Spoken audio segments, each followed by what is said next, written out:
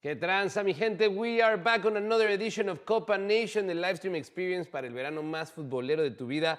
And history has been made. Norway advancing to the next round.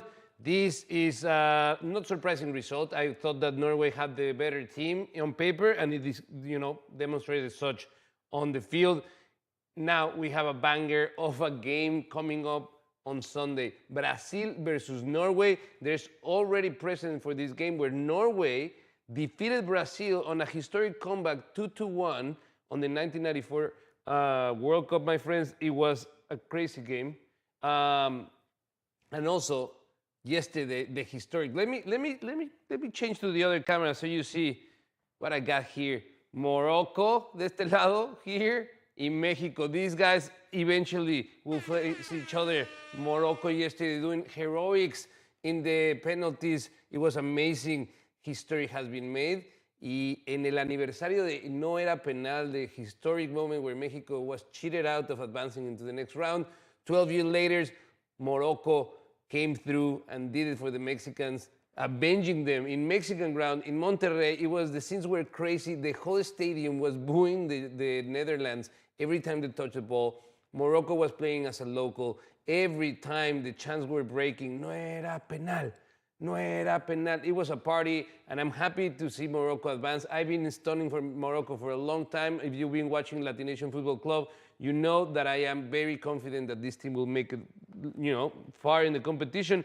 Let me pull the bracket for you guys, my friends.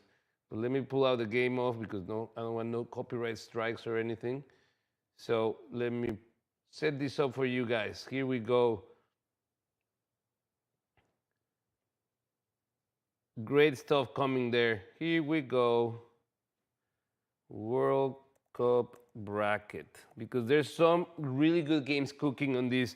As we can see, Canada will face Morocco. This, for me, opens the leg for Morocco to go very far in the competition. Let me zoom it out so we see a clear picture of the tournament right now. South Africa is out. Canada advances with a historic game and a goal from Eustachio, the midfielder from LAFC.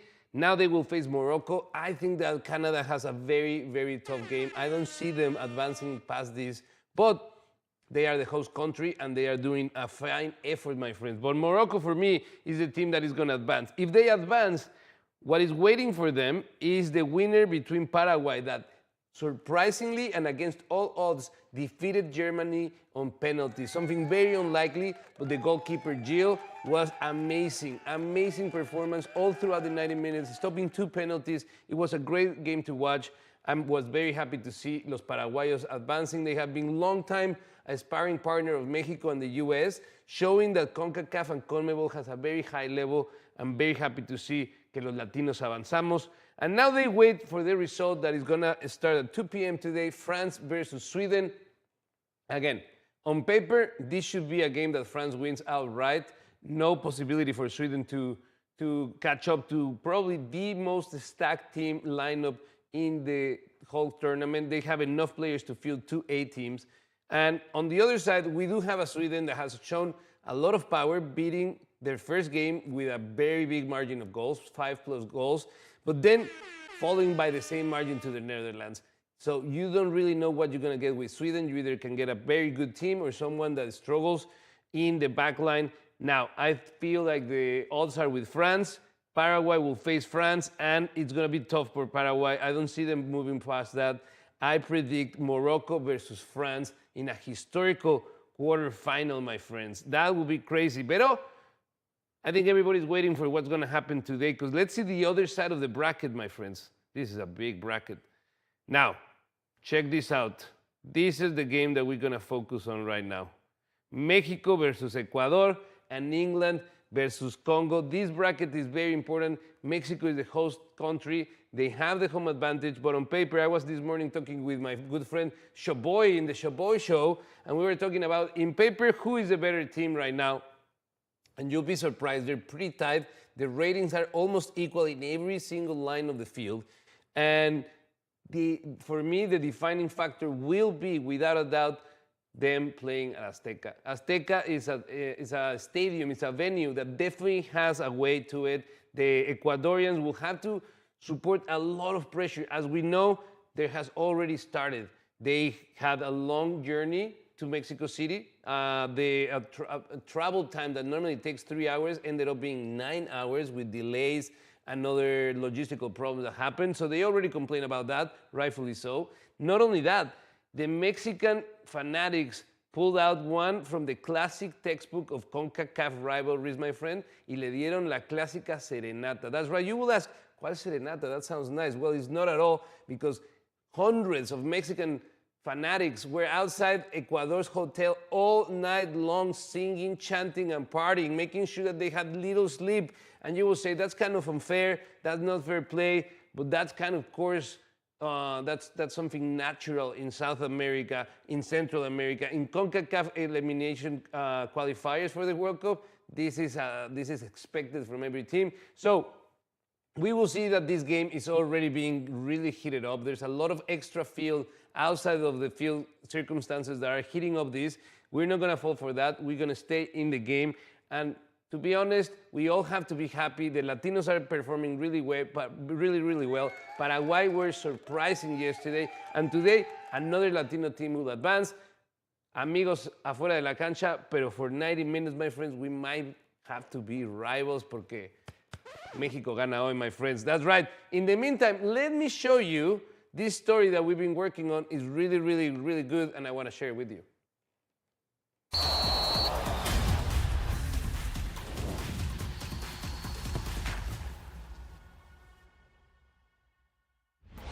Football is everywhere in Los Angeles, and Echo Park is proof of that. This iconic park has become one of the city's go-to gathering spots for fans thanks to Kick It at the Park, an initiative bringing more than 100 free events to communities across LA for this summer tournament. From early in the afternoon, entire families, friends from all over the world, and yes, even their dogs, showed up ready to celebrate. Live music, games, community activities, and of course, the chance to experience international football together.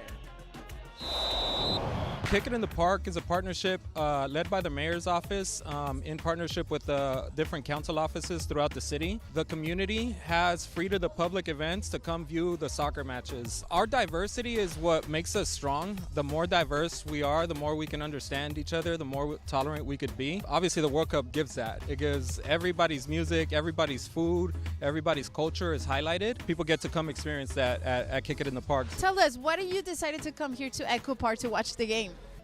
Well, I saw that it was a free event online, and I knew they were going to show the Uruguay game, so I wanted to bring my mom out to enjoy some World Cup related events. I think it's nice seeing everyone come together to watch Futbol. I love it. I love the World Cup.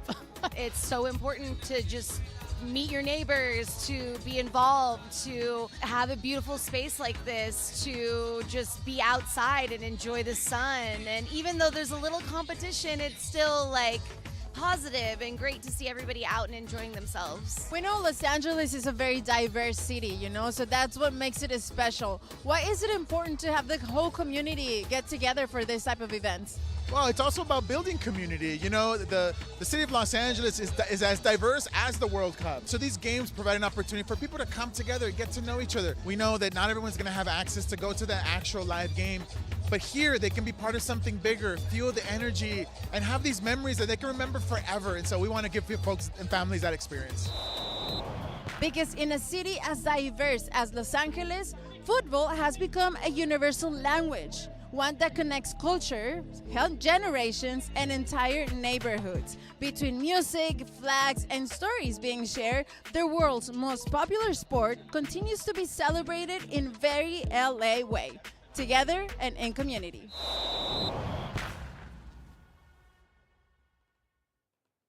Thank you, Lynette. That was an amazing way to show how Los Angeles has been showing up for Mexico all throughout the tournament, and it will continue to happen today. So many things happening today in Los Angeles to support the Mexican team.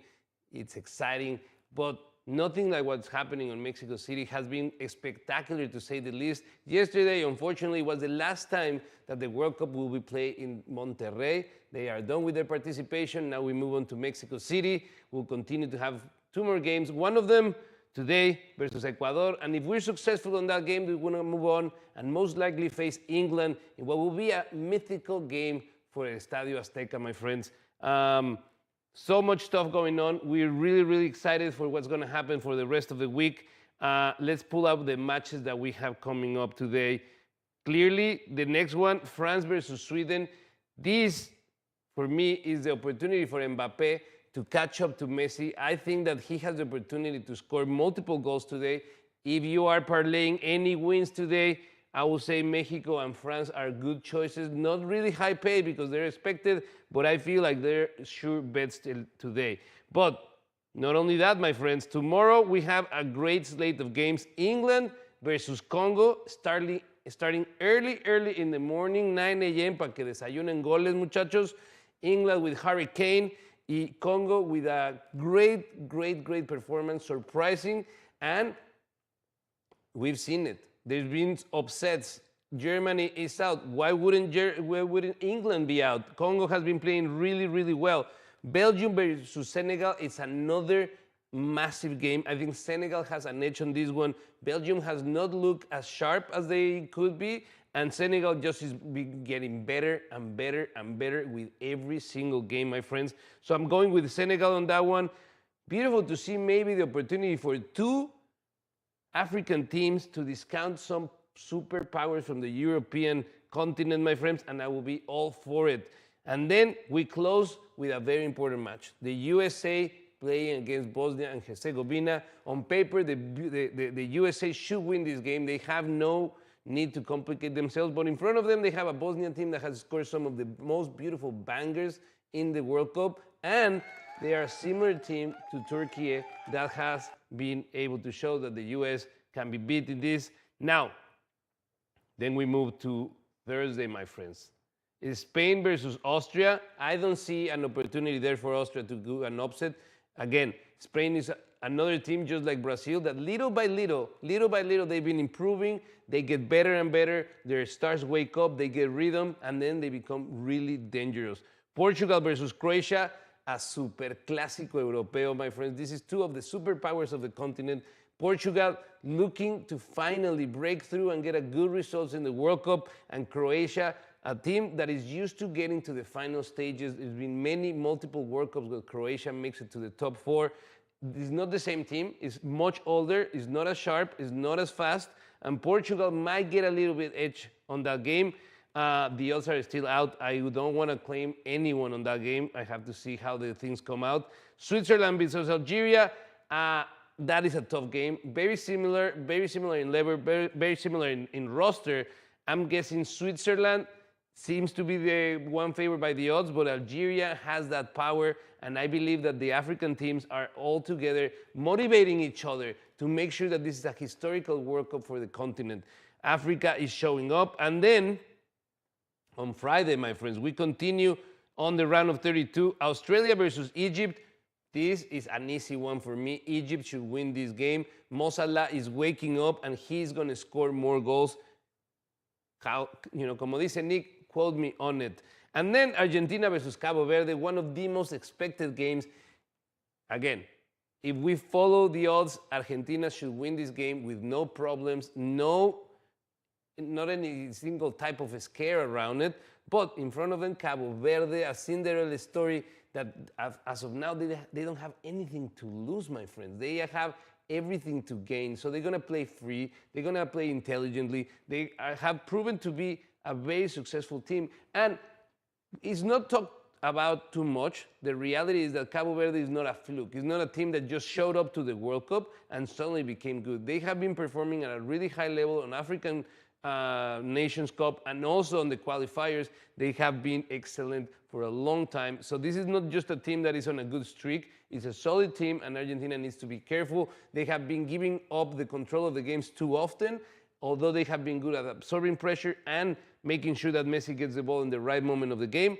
Let's see what happened. And finally, We close the round of 32 con los parceros. That's right, Colombia versus Ghana. Aplausos a los parceros.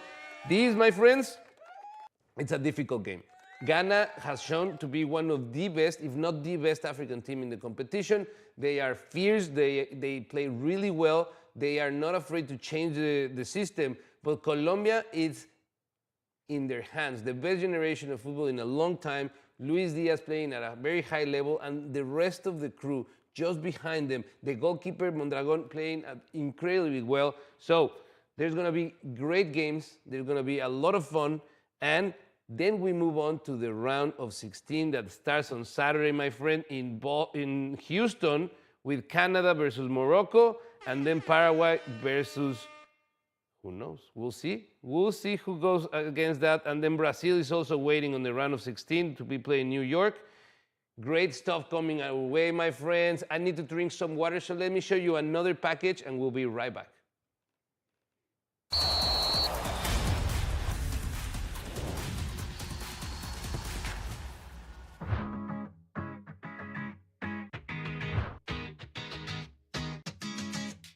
It's a huge honor to get to work together with the Haitian team on these projects. I think the fact that we were able to do this film together with a good friend of mine, Leo Valsi, that highlights this 52-year journey from the last World Cup entry to this year is, to me, that's such an exciting moment in time. It's an exciting moment for our country.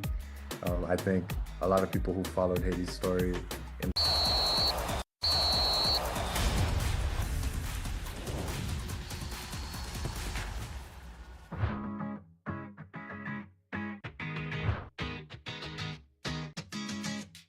It's a huge honor to get to work together with the Haitian team on these projects. I think the fact that we were able to do this film together with a good friend of mine, Leo Valsi, that highlights this 52-year journey from the last World Cup entry to this year is, to me, that's such an exciting moment in time. It's an exciting moment for our country. I think a lot of people who followed Haiti's story in the World Cup were really inspired, in particular because the team wasn't able to play a home game at any point. Meeting up with the team was really kind of natural. I had known some of the players for a few years, and seeing that they had such an amazing background. Some of them are born in Haiti, some of them are born in different parts of the world, but they all represent the country really proudly. And just to have that connection was the first step.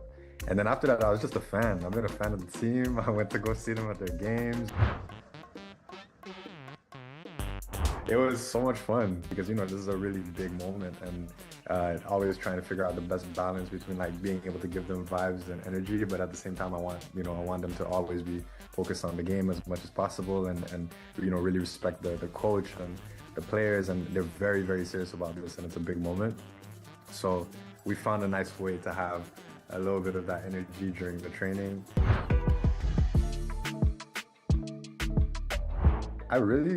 I think like some of these African teams, I'm following their story because I know like Congo as well is like the 52-year return for them.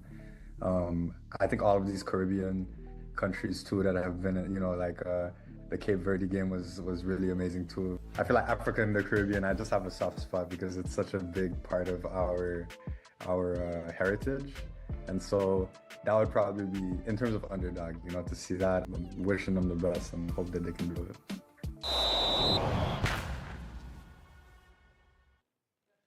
¿Qué tal, amigos? We are back here on CopaNation, and I'm so excited because not too long ago I had the opportunity to have a chat with no other than Cristo Fernandez. That's right, Futbol is live, a great actor, and now again a professional player with the USL in San Antonio Locomotive. It's very, very good to see that a dream has become true in so many layers for him. And I want to thank my good friends at Tequila Cazadores porque miren qué bonito regalo me mandaron. Look at this, the jersey. Listo para celebrar el día de hoy la victoria de México, muchachos. That's right. And that's why I want to share with you this nice chat that I had with Cristo Fernandez talking about football, life, and his future as a professional player.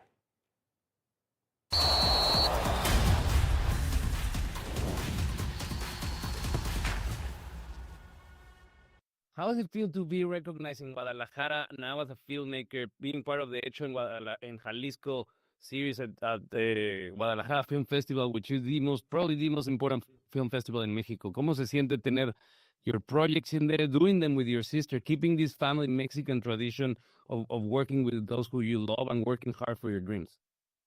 Thank you. Again, like in a way, I was saying, like I'm putting the acting aside. Estoy dejando ahorita la actuación para enfocarme en el fútbol. Pero we are releasing a feature film that, thank you for saying, it was at the Film Festival of Guadalajara. Our film is titled No Translation Required, no se requieren traducciones. Película bilingüe, multicultural, everything filmed in Guadalajara, rom-com, and it's a guy who owns a taco truck and dreams of being a chef and meets a girl in the fashion industry, clash of culture, language, misunderstandings. But he also tells this story to his best friend, Memita, played by Michelle Rodriguez, of how he met Gabby, que así met Donald, and as you said, cast crew from Guadalajara. And I say all of this because this feature film took us eight years. If I think about when we did the short film, the proof of concept, then feature film, the improving the film, and then post-production, etc. And I'm grateful for the opportunities that have been out there for acting, but this feature film is my first one when the whole story relies on me and I'm a protagonist. But it had to come from me to create this opportunity for myself. I believe in it. I was saying this, sports and arts, what they have in similar is that they are subjective. There are people that might like how you play, they might like how you do your acting, but that same acting, that same game might be, the different people could have a different opinion. And it might not have to do with you, it's just other stuff that are involved. So I just always put my trust and my work in the things I can control and just keep doing them and keep working and keep looking for somewhere else. And if it's not here, it's somewhere else, just with passion. And this film, it's been a process, but I'm grateful it's helped. It's giving opportunity to people that I believe in deserve it. Just the same way people believed in me when no one else believed, both on the field and out of the field. We always we need someone that believes in us, but of course we have to believe in ourselves more than anyone else, you know. Yeah. Here at LatiNation Fútbol Club, we are so proud of you, Cristo. As a fellow Mexican, you are an example of not only as your character of Danny Rojas that put this joy of being Mexican all around the world and made us proud. But I want to talk about something. Tell me about the jersey that you're wearing and how cool is this merch that you've been giving out, dude? Because I want one of those. Está chida, no? I agree. I also think it's very cool. Campaign with Tequila Cazadores. We met each other since last year, but of course, Cazadores has been around for a while, and it's always known for being a good tequila. Yeah, to be honest, I had a great time last year. We did some cool stuff together, and they've been good supporters of what I'm doing right now, even with my film company, Spectre Metis Films. I'm developing with my sister Paloma, and I think what we connect the most with is the fact that, everything I try to do, projects, it's always to share and to give opportunities to the people I believe, and share good moments, make things more memorable. And I think that's a message that Cazadores has, that I have. And yeah, I'm very excited with this campaign. In this football soccer year, as you said, soy muy futbolero. And if you add tequila on top of it, it's even more. Football soccer brings us together. Normally with my friends, we do an asado, like some grill. And yeah, I just hope people, like this campaign and just have more things to celebrate. It's a good year to keep celebrating. How did it feel when you knew that you were going to be back part of a team, to be back in that discipline, in the training, being part of a team larger than you and competing every week in and week out? Well, for anyone who has played football, soccer professionally or any sport discipline professionally, it's not just something you just wake up one day and you feel like, I'm going to now play football, soccer professionally. And it's been, as I said, like this whole football, soccer journey everything happens for a reason. At some points I didn't understand why certain things happen back when I played as a young kid, as a young man. And then it all makes sense because then I wouldn't have gotten the opportunities I got if it hadn't been because of my football soccer skills. So there's been lots of people also being like, can you actually play or was it all stunts? And was it all a double?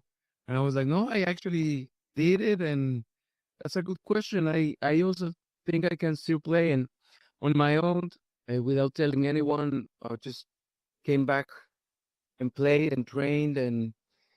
And then last year, I started to push myself more. And this year, I started to do some trials. And I'm just grateful that it's been a process. I've been here for 2, 3 months and trying to get back on the level that the team requires and that this professional level requires. And it's still a process. It's step by step. And we'll see where, again, this dream takes us. But just grateful with everyone that has been there supporting me.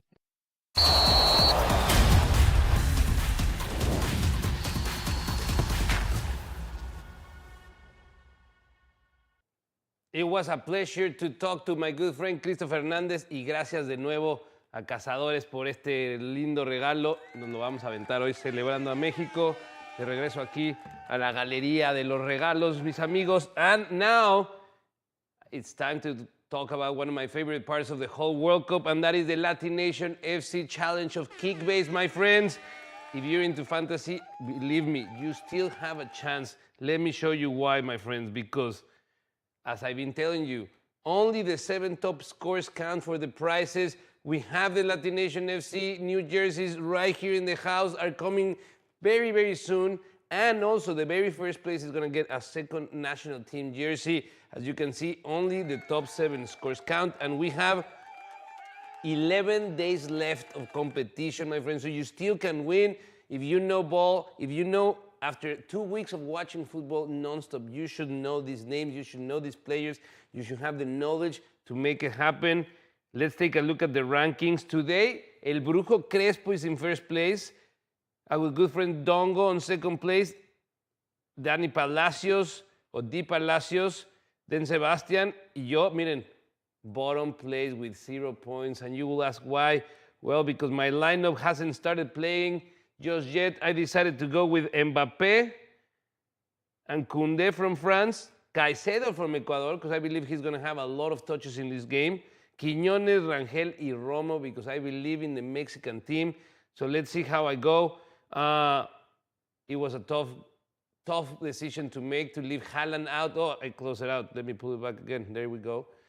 It was a tough decision to leave out Haaland out of the lineup today. He scored. He gave us a lot of points. Let's see if anybody else actually pulled it off. Let's see Crespo. There you go. Crespo, just with Haaland, he got 356 points today. Really good pick. I regret not picking him, but I think Quiñones will do it for me today. 2 goals from Quiñones. Of course, my friends, it's going to be great. And we continue right here on CopaNation. That's right, the live stream experience para el verano más futbolero de tu vida. But you wonder, ya se va a acabar el Mundial. There's 2 weeks of World Cup left. Less games every week, pero ya regresa, mi amor.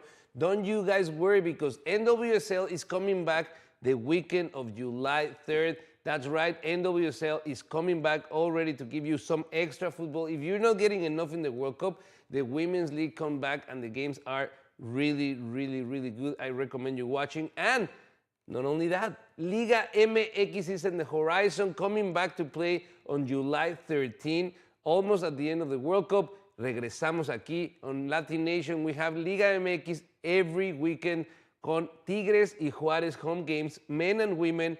Todas las semanas, my friends, it's going to be crazy. We have prepared so much good stuff for this season of Liga MX y aquí estaremos. Not only that, ya pronto vamos a regresar con LatiNation FC. That's right, LNFC, coming back to the regular schedule every Friday, bringing you everything you need to know to get prepared for the games coming up. Now, let's pull the odds for the games coming up today, my friends. Let me pull in the iPad so I can share them with you guys really quick.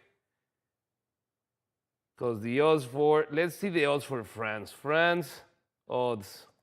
Here we go, my friends. Ahí les va. Here you go. Vamos a ver qué dice el internet. France is the consensus betting favorite to win the 2026 World Cup, sitting roughly at plus 30, 70, give or take. So today, if they lose to Sweden, it will be one of the biggest disappointments and, to be honest, un fracaso para la selección francesa. Let's check this out right here. The official broadcaster of the World Cup says that Kalshi, ahorita regresamos a Kalshi. Here we go. The money line for France, minus 380. So if you bet $10, you win $12. So not a very successful bet, but a sure one. Sweden at plus 1,000. Now we're talking. You put 10, you get out 110. And the draw is also at a good place, $500. No, 500 plus. $10 to bet, 60 to win. The spread, France minus 5. And the over-under total 3.5. I will go for the over. I think that France is going to score a lot. Also, Sweden has a strong scoring potential. So I feel like both teams are going to score without a doubt. Let's see. Olise to score, Mbappé to score, and Olise to record an assist. All of them great player props for today, my friends. This is going to be a good game. Back and forth, a lot of players. We have one of the best strikers on each side of the field, right? We have Gyökeres, that has shown to be one of the best, but on the other side, Mbappé, that is the next king of the Mundiales. He is right behind Messi, but he has so many World Cups ahead of him. So I believe that Mbappé might be the first player with 25 goals in the World Cups once everything is said and done at the end of his career. But today is all about Messi. He's getting ready. He's playing against Cabo Verde. You would think that this is a great opportunity for him to score another hat-trick. That will definitely put him way ahead of the competition. But my friends, let's go on a quick break with this package, and we'll be right back.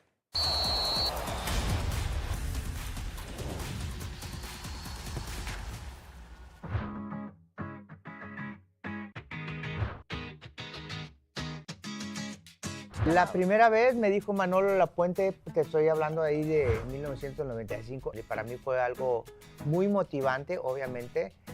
Ya había jugado una final con el Monterrey y pues bueno, ya había hecho muchos puntos, logros en lo profesional dentro del fútbol y que me habían permitido llamar la atención a jugar en la selección mexicana, y cuando lo hice debutando contra Uruguay en San Diego, fue algo maravilloso, ¿no?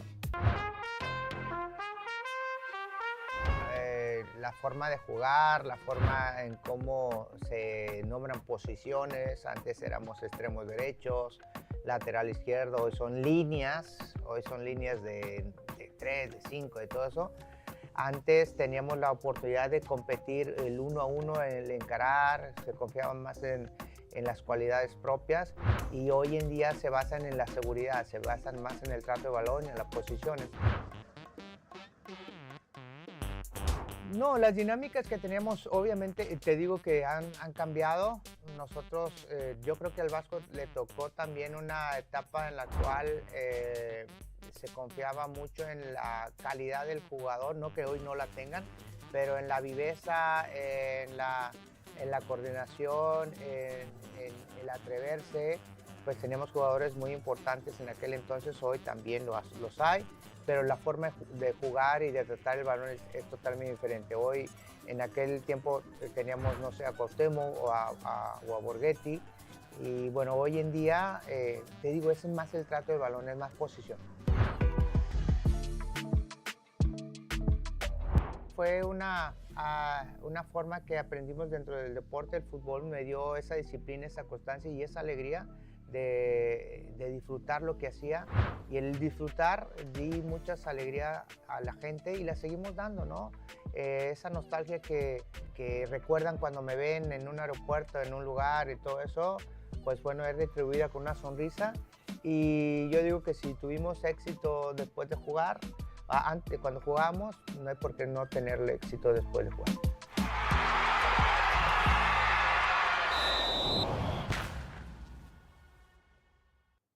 La fiebre mexicana se vive al máximo, my friends. That's why we're supporting La Selección el día de hoy, but we are also with every Latin country that is participating. Unfortunately, today, two of the big ones have to face off. La Tri y el Tri, la tricolor ecuatoriana y el tricolor mexicano will face off tonight. It's going to be a great match. But I want to talk another great match that is in the horizon, which is very, very exciting, and that's Brazil versus Norway. Norway with the Hallen heroics scoring at 86 minutes just before the end of the game was enough to move them forward to Brazil. And you will say, Brazil has this game in the pocket, but my friends, let's go to the data, and the data is clear. Let me really quick send this to your screen, my friends. Look at this technology. Kasham! Here we go. All-time men's head-to-head record, my friends. This is great. Norway, winning 2, not 1, but 2 times, my friends. Against Brazil, 2 draws, and Brazil has not won a single time. Let's go back to August 16, 2006. Norway won, Brazil won an international friendly. June 23, 1998, Norway 2, Brazil 1 in the FIFA World Cup group stage, making Norway advance on that World Cup with a surprising comeback win. May 30th, 1997, Norway 4, Brazil 2 in an international friendly. And July 28th, 1988, Norway 1, Brazil 1 on international friendly. My friends, this data is hard to argue with. Norway must be thrilled that they have a game in front of them, that history has, sided with them. But the World Cup on a knockout phase is a different thing. I want to hear from the chat what they think, my friends, because this is going to be one of the best World Cup games ahead of us. Again, I feel that Brazil needs to be perfect. They need to be creative. They need to be their own self in order to be this Norway team that is very determined, very organized, and that they have someone that can score at any minute in Erling Haaland, and a bunch of players that they don't get mentioned enough, but they're also making this team a historical one in the World Cup because they already advanced way beyond of what people were expecting of them. They were hoping to move to the round of 32 and maybe stay there, but now they move on, my friends. Ivory Coast, it was un digno rival, played really well, and unfortunately now there's 2 African teams out of the 10 that are going back, and today there's 2 more that are going to play. I hope that they advance because they're bringing a really, really high level of football, my friends. Now, ¿quieren ver otro paquete? Yo quiero ver otro paquete. We have so much. Let's support the Mexican team right now.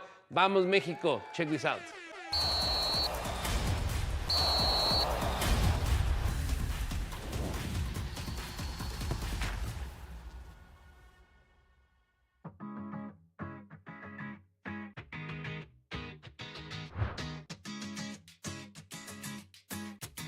¿Cómo no?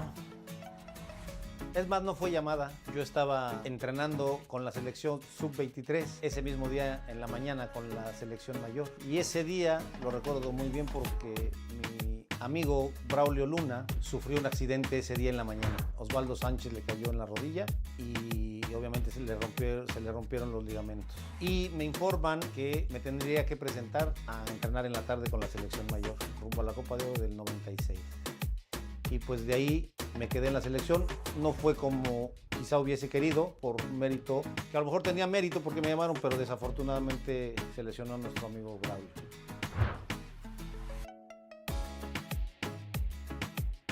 Hoy la verdad que como mexicano y como exjugador de la selección, siempre desearé que le vaya bien a la selección. Obviamente las generaciones van cambiando, a mucha gente le gusta alguna generación, otra generación. Hoy es la generación que tenemos, podrán criticar, podrán no, pero hoy tenemos la gran oportunidad de estar nuevamente por tercera vez con un mundial en casa y eso se tiene que aprovechar. Yo creo que vamos a tener muchas cosas a favor. Aparte de la calidad de los jugadores, vamos a tener un poco de altura para los visitantes, todo el Estadio Azteca apoyando a la selección. Lo recuerdo perfecto cuando ganamos la Copa Confederaciones en el Estadio Azteca ante Brasil. Fue una fiesta ese estadio. Entonces yo creo que va a ser una suma de muchas cosas a favor para hacer un mundial histórico.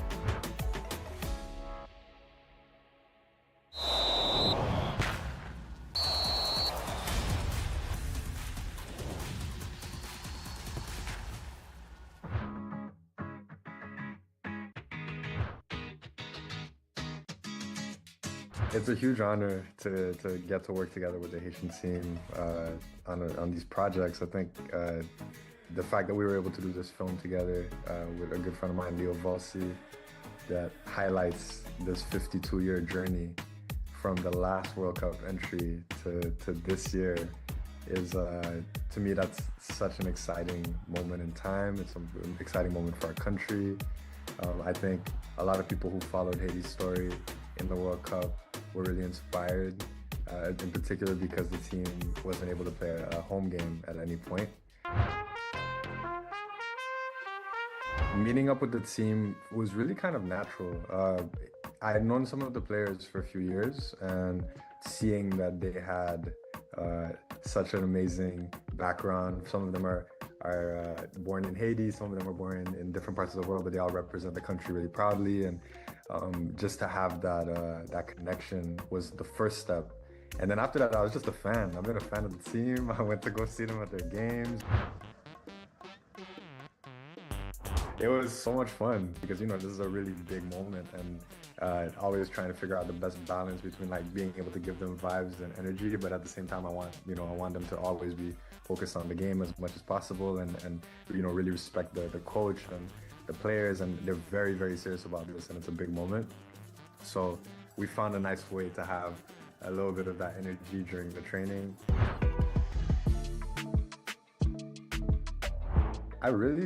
I think like some of these African teams, I'm following their story because I know like Congo as well is like the 52-year return for them.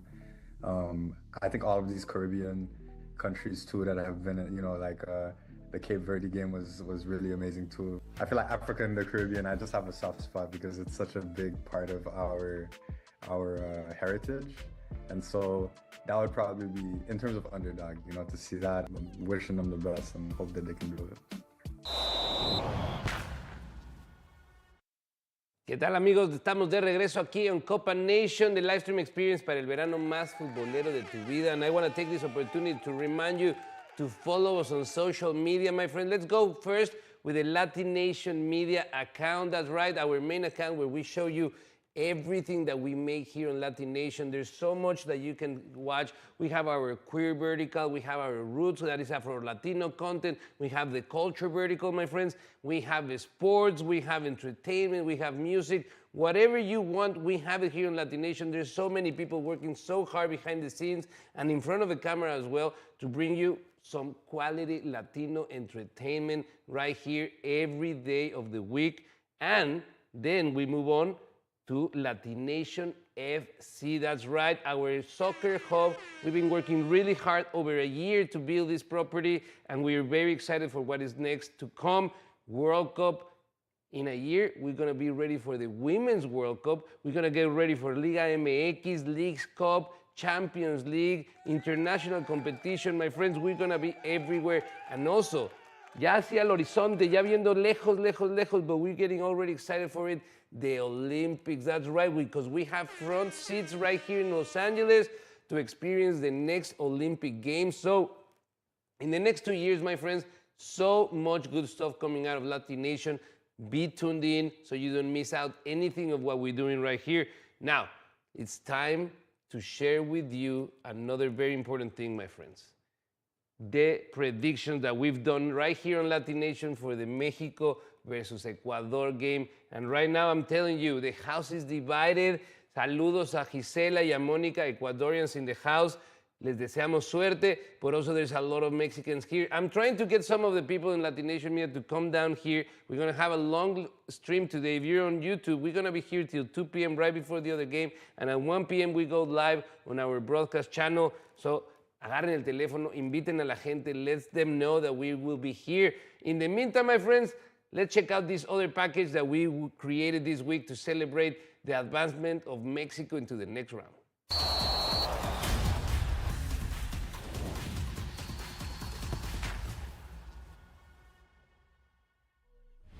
Football is changing, and women are making history. Mexican referees Katia Itzel Garcia and Sandra Ramirez are breaking barriers, and they're proving that women belong at every level of the game. Let's hear what the fans think about this.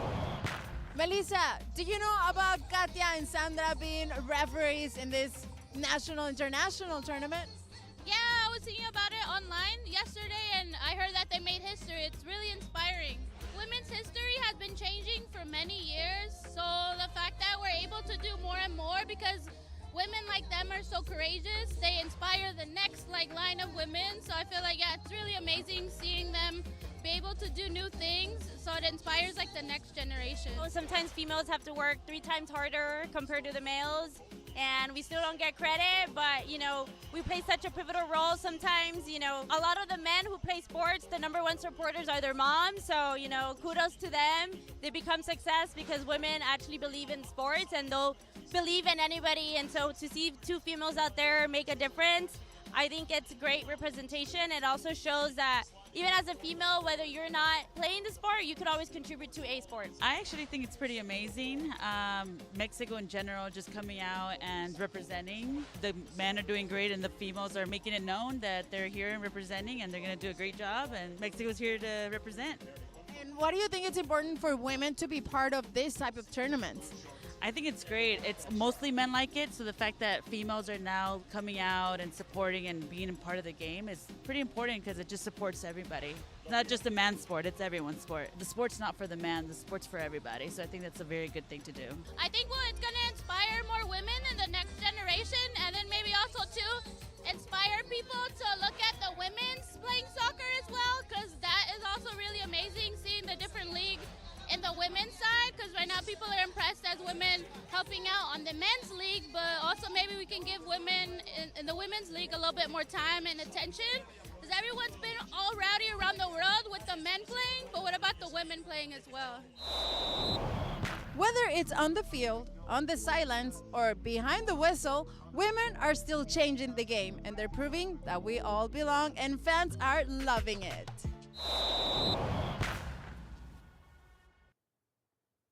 ¿Qué tal, mi gente? We are back. Gracias, Lynette. And we continue in preparations for the Mexico game, but also France is coming. And I want, before we move on, to just review really quick the bracket so you guys are on the know of what's happening.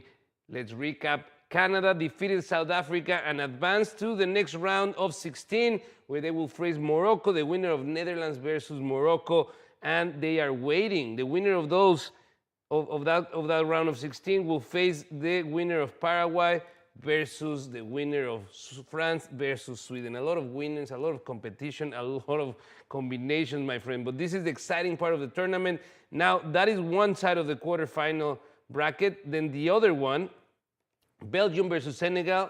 I think we're going with Senegal. USA versus Bosnia. I'm going to go Team USA because I want to see them advance.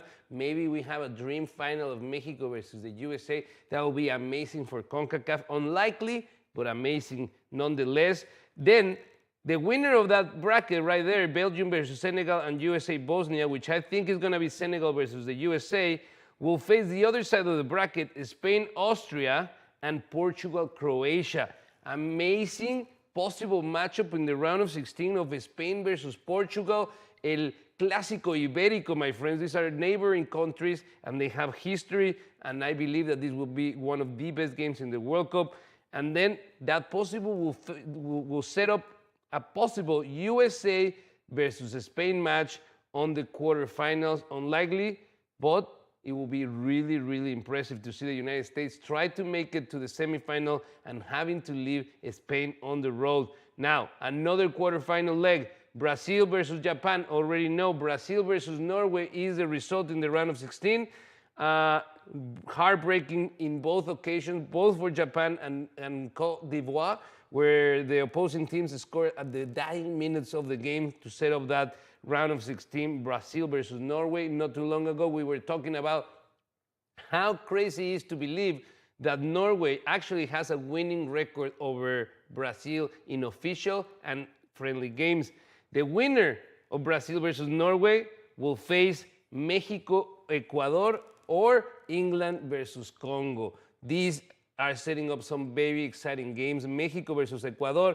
I believe Mexico has an edge. The teams themselves are very equal. They have the similar level. They have done great things in the come up to the qualifiers, even more so Ecuador that finished in second place, even with point deduction. So I believe that they have the palmarès and also the pedigree to win this game. But Mexico has a secret weapon, which is not that secret, it's a giant. Es el Coloso de Santa Úrsula. Su nombre es el Estadio Azteca, and I think that will make a difference. That, if that is the case, will repeat itself when England or Congo faces Mexico on that round of 16. I hope Mexico faces England and uses el poder del Estadio Azteca on their favor to set up probably a Norway or Brazil matchup in the quarterfinals.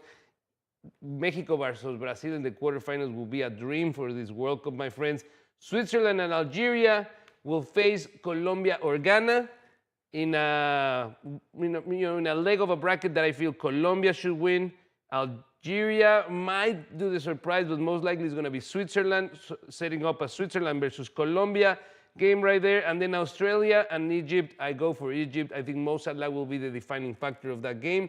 And Argentina versus Cabo Verde. For as much as I like fairy tales, my friends, I think Argentina has this game in the pocket, setting up an amazing Egypt versus Cabo Verde versus Argentina round of 16. On the other side, Colombia versus Switzerland to set up a massive face down on the quarterfinals of Argentina versus Colombia, clásico sudamericano, y se va a poner bueno, my friends. But now it's time to close this hour with a really, really cool experience that I had the chance to live. I had the opportunity to meet Caramelo, probably the most famous Mexican fan in the world. He has been with the team for over 10 World Cups, supporting the team, and you probably recognize him con su sombrero macizo, bien perrón. Let's take a look. Ok, listo. Caramelo, mucho gusto y un honor en conocerte. Te he visto durante décadas en los mundiales, en la televisión, y me da gusto conocerte en persona. Platícame, ¿por qué es tan importante que haya esa voz que organiza la tribuna para que los jugadores sientan el apoyo? Es correcto, uno como líder y como embajador de la afición mexicana siempre tiene que estar en un punto donde tengas a todos los seguidores y estar alentando, no solamente cuando México mete un gol, sino incluso cuando vas abajo del marcador. Esos 90 minutos tienes que estar hinchando a todo pulmón. Hay 11 jugadores en la cancha, pero también habemos 40,000 o 60,000 aficionados apoyando la selección. Por eso hay que liderar para echar las porras, hacer esa ola mexicana que nos ha hecho famosos en todo el mundo. Y Caramelo se encarga siempre de estar ahí. Cuéntame un poquito de los momentos de fe que hay que tener cuando el equipo está abajo, cuando no van ganando, pero uno sabe dentro de ellos que la posibilidad de ganar está ahí. ¿Cómo le transmites eso a todo el mundo? Es correcto, ahí es cuando se empieza uno y empezamos con ese sí se puede, sí se puede, sí se puede. Eso nada de levantar los ánimos y que sí lo podemos hacer. Independientemente, aunque vayamos perdiendo por un marcador holgado, siempre hay que dar. Por eso ha habido remontadas que de repente vas 3-0 y terminas ganando 4-3. Nunca hay que darse por vencido durante los 90 minutos y los tiempos de compensación. Platícame de alguna de tus anécdotas de cuando empezaste a viajar, de la alegría que te daba. Ay, güey, se fue para acá. Ya estamos de regreso. De lo que, el gusto que te da de ver que hay mexicanos en todos lados. Es correcto, el mexicano, los mexicanos, la afición mexicana, te puedo decir que somos de las 3 aficiones o 4 aficiones más grandes a nivel mundial. Primero, porque somos de los que más viajamos a los mundiales. Segundo, porque los mexicanos siempre llevan ese color, ese folclor, esa música. Y más allá de los resultados del fútbol, siempre se muestra esa gran fiesta, independientemente si hayas perdido o hayas ganado. Es algo que nos ha hecho grandes a la afición mexicana y por eso la afición mexicana es muy respetada y muy querida en todo el mundo. Dime tus 5 estadios favoritos donde has apoyado a la selección mexicana. Wow. AT&T Stadium en Dallas. En el MetLife de New York. En el Estadio Azteca. En el Akron de Guadalajara. En el Allianz de Múnich, Alemania. y me quedo con uno de mis favoritos, el estadio Mercedes-Benz de Atlanta. Ese está muy bonito ese estadio. ¿Tienes algún partido en particular que recuerdes más que otros? Sí, totalmente. Yo creo que con el que me quedo es con el partido en Rusia 2018, cuando le ganamos a Alemania, cuando Alemania en ese momento era campeón mundial con ese gol de Chucky Lozano que nos hizo soñar a todos los mexicanos. Fue una fiesta, fue una explosión bárbara que dejamos impresionados a todo el mundo y soñamos en llegar a la final. Desgraciadamente nos quedamos en ese famoso quinto partido, pero bueno, me quedo con ese y me quedo también con ese gol de Manuel Negrete en México 86, uno de los goles más hermosos de la historia de los mundiales. Yo creo que después del que metió Diego Armando Maradona. ¿Y qué te puedo decir? También viví algo espectacular, aunque no fue de selección mayor, cuando ganamos esa medalla de oro en Londres 2012, ganándole a Brasil, cuando ni siquiera Brasil en su historia había ganado una medalla de oro. Y es ahí donde empiezo a creer en mi país, que sí se puede, y por eso te digo que vamos a llegar muy lejos. Esperamos rival en el MetLife este 19 de julio. No sé quién se lo vaya a enfrentar, no sabemos si vaya a llegar Francia o vaya a llegar España y por qué no Colombia, ¿verdad? Oye, y platícame, ¿cómo ves la cantidad de mexicanos que hay aquí en Los Ángeles? Vienes a eventos como la Celebración Dorada, donde ves que la cultura del fútbol está creciendo aquí. ¿Qué sentimientos tienes? Me encantó, ayer estuve presente en la inauguración en el SoFi Stadium. Me encantó la entrada, se llenó el estadio, el partido, el juego de Estados Unidos, un juego muy vertical. Y necesitamos crecer el fútbol en cada uno de la CONCACAF tiene que crecer Estados Unidos, México, Panamá, Costa Rica, Honduras, porque no los podemos quedar estancados y ver nada más que los europeos siguen avanzando y siguen cosechando títulos mundialistas. La CONCACAF tiene que crecer y nos tenemos que apoyar entre nosotros mismos para emigrar al fútbol europeo y subir nuestro nivel de calidad de juego. Y finalmente un agradecimiento a McDonald's por todo lo que hacen, apoyar a los mundiales, apoyar a que la gente tenga la oportunidad de conocerte y de sentirse cerquita de su país. Totalmente, mira, este va a ser mi 11º mundial. Yo recuerdo que a través de todos los mundiales siempre ha estado la campaña de McDonald's, no solamente haciendo una campaña de vender más allá que hamburguesas, es una campaña que hace que la gente se siente a comer en familia, mostrar su cultura, disfrutar de los partidos antes, durante y después del partido. Es algo que realmente aprecio mucho, esa campaña propositiva, también inculcar esos valores, ¿verdad? Ese fair play de respeto, juego limpio. ¿Y qué te puedo decir? La verdad, me congratula mucho ese tipo de acciones que hacen este tipo de empresas. Y bueno, yo sé que siempre hay un fan de McDonald's en todos, incluso en las grandes estrellas.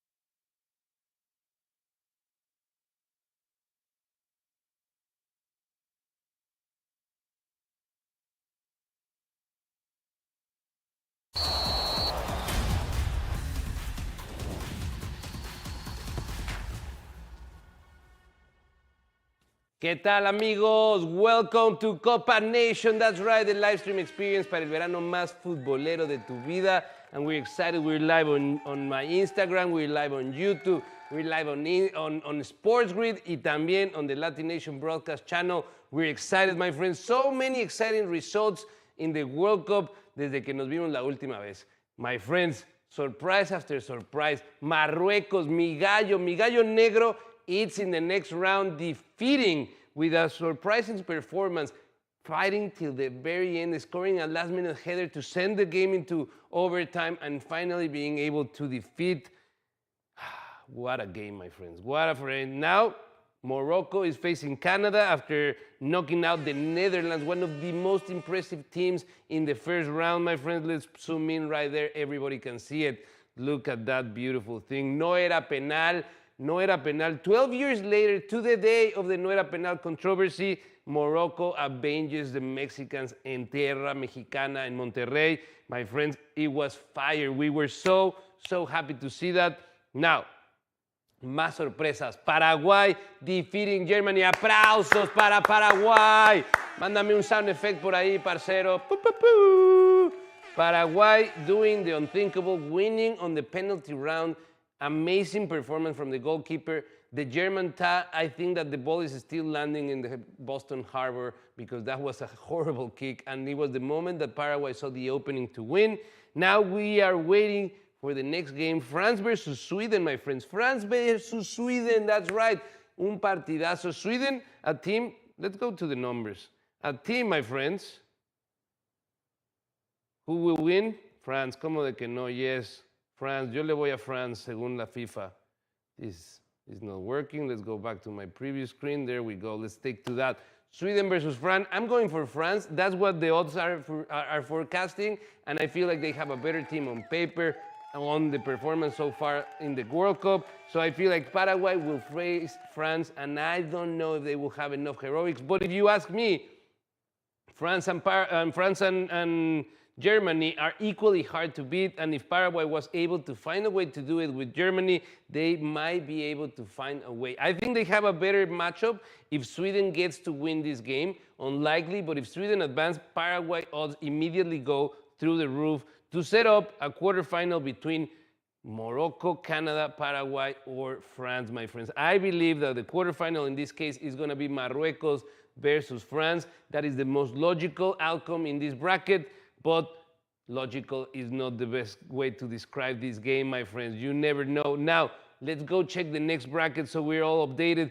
Belgium versus Senegal tomorrow. The USA versus Bosnia and Herzegovina will be fighting for that round of 16. And on the other side of that bracket is Spain versus Austria, Portugal versus Croatia. High-level games. Croatia and Portugal are really, really good. Both of them. It will be sad to see them go. Spain versus Austria, that's an easier game to predict. I think Spain will get there easily. Now, imagine a Spain versus Portugal round of 16 to define who will face the USA if they are able to beat whether Senegal or Belgium. On that game, Belgium versus Senegal, guys, I'm going for Senegal. Senegal has played really, really well. Surprising, but consistent, my friends. Belgium, me ha quedado de ver. Not the team, but it's something that has been recurrent World Cup after World Cup. They come with a great roster, and on the field, they are not able to put the magic needed to advance further in the tournament. So I believe that Senegal will advance to set a round of 16 of USA versus Senegal. And finally, imagine a Spain versus the USA quarterfinal. The third bracket, the third leg of the bracket, my friends. Brazil versus Japan. We know the result. Brazil did some heroics to advance, and now it waits. No, it doesn't wait anymore. We know that they will face Norway, that just defeated Cote d'Ivoire 2-1, with Haaland scoring at the 86th minute, breaking the heart of the African team that had just equalized a few minutes earlier at the 70th, and now they face Brazil. We were live earlier on YouTube and Sports Grid, but I'm going to say it again. I'm going to say it again for the people on my Instagram again. Norway has a winning record against Brazil, my friends. Winning record against Brazil. Out of 4 games, Norway has won 2 and tied 2. Brazil has not been able to defeat Norway officially on a match. Nada más, les dejo el dato para sus apuestas, amigos, so you know what's going to happen. I believe Brazil has what it takes to move on, but the reality is that the numbers are on Norway's side, and with Haaland, anything is possible. But Brazil is getting better little by little. Neymar is getting, fit and fitter and fitter. Hopefully, he gets more minutes. He was being saved for the extra time in the last game, according to Ancelotti, but he was not needed, and Brazil was able to let him rest and get better for the next game. Think that we see. Ay, ay, ay. pull this up, my friend. Thank you, thank you. Here we are today, guys. Here we are today. México versus Ecuador. A ver, en el Instagram, ¿qué dicen ahí, muchachos? Díganme, I want to see the chat on YouTube. ¿Qué dicen? Ooh, people going for Senegal. I love it, yes. Mexico versus Ecuador. This is going to be a tough game. I was talking earlier on the radio about this game, and the reality is that Ecuador and Mexico are putting a very similar team on the field. They have equally strong lineups. These players both have a good balance of domestic and European experience. And Ecuador, for me, has a little bit of an edge because they had to go through the qualifiers, unlike Mexico that qualified as a host, and didn't have to do the qualifiers for 2 years.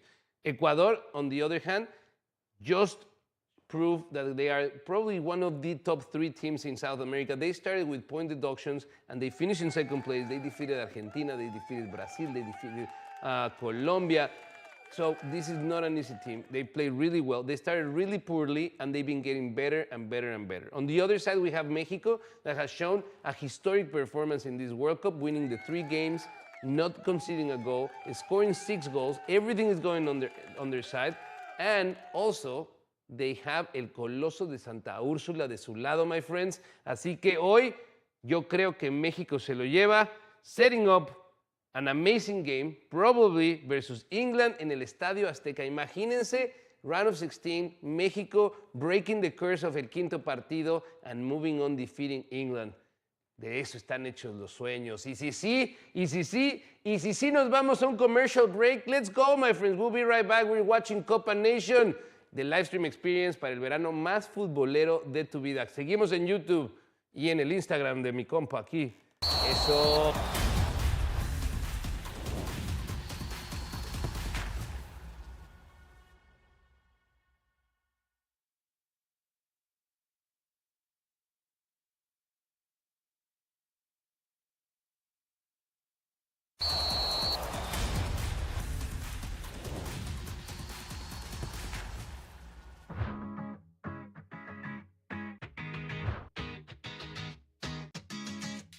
La primera vez me dijo Manolo Lapuente, te estoy hablando ahí de 1995, y para mí fue algo muy motivante, obviamente. Ya había jugado una final con el Monterrey y pues bueno, ya había hecho muchos puntos, logros en lo profesional dentro del fútbol y que me habían permitido llamar la atención a jugar en la selección mexicana, y cuando lo hice debutando contra Uruguay en San Diego, fue algo maravilloso, ¿no? La forma de jugar, la forma en cómo se nombran posiciones. Antes éramos extremos derechos, lateral izquierdo, hoy son líneas de 3, de 5, de todo eso. Antes teníamos la oportunidad de competir el 1 a 1 en el encarar, se confiaban más en las cualidades propias, y hoy en día se basan en la seguridad, se basan más en el trato de balón y en las posiciones. No, las dinámicas que tenemos, obviamente, te digo que han cambiado. Nosotros, yo creo que al Vasco le tocó también una etapa en la cual se confiaba mucho en la calidad del jugador, no que hoy no la tengan, pero en la viveza, en la coordinación, en el atreverse. Pues tenemos jugadores muy importantes en aquel entonces, hoy también los hay, pero la forma de jugar y de tratar el balón es totalmente diferente. Hoy, en aquel tiempo teníamos, no sé, a Cuauhtémoc o a Borghetti, y bueno, hoy en día, te digo, es más el trato de balón, es más posición. Fue una forma que aprendimos dentro del deporte. El fútbol me dio esa disciplina, esa constancia y esa alegría de disfrutar lo que hacía, y el disfrutar di muchas alegrías a la gente y la seguimos dando, ¿no? Esa nostalgia que recuerdan cuando me ven en un aeropuerto, en un lugar y todo eso, pues bueno, es retribuida con una sonrisa. Y yo digo que si tuvimos éxito después de jugar, antes, cuando jugamos, no hay por qué no tener éxito después de jugar.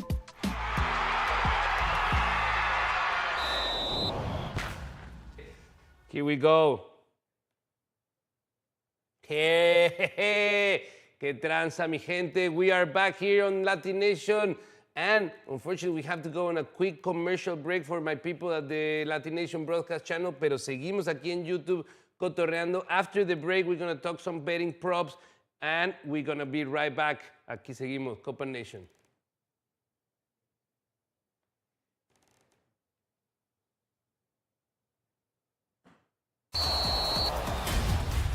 Dale pues, venimos de regreso.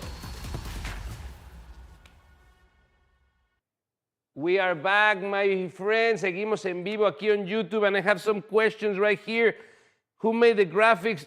Un servilleta, myself. I made the LatiNation, the CopaNation graphics. I work hard with my team of post-production, el compadre, el parcero, mi queridísimo Daniel Vélez is in the house. Al rato los vamos a llevar allá with our RefCam que sacamos a veces.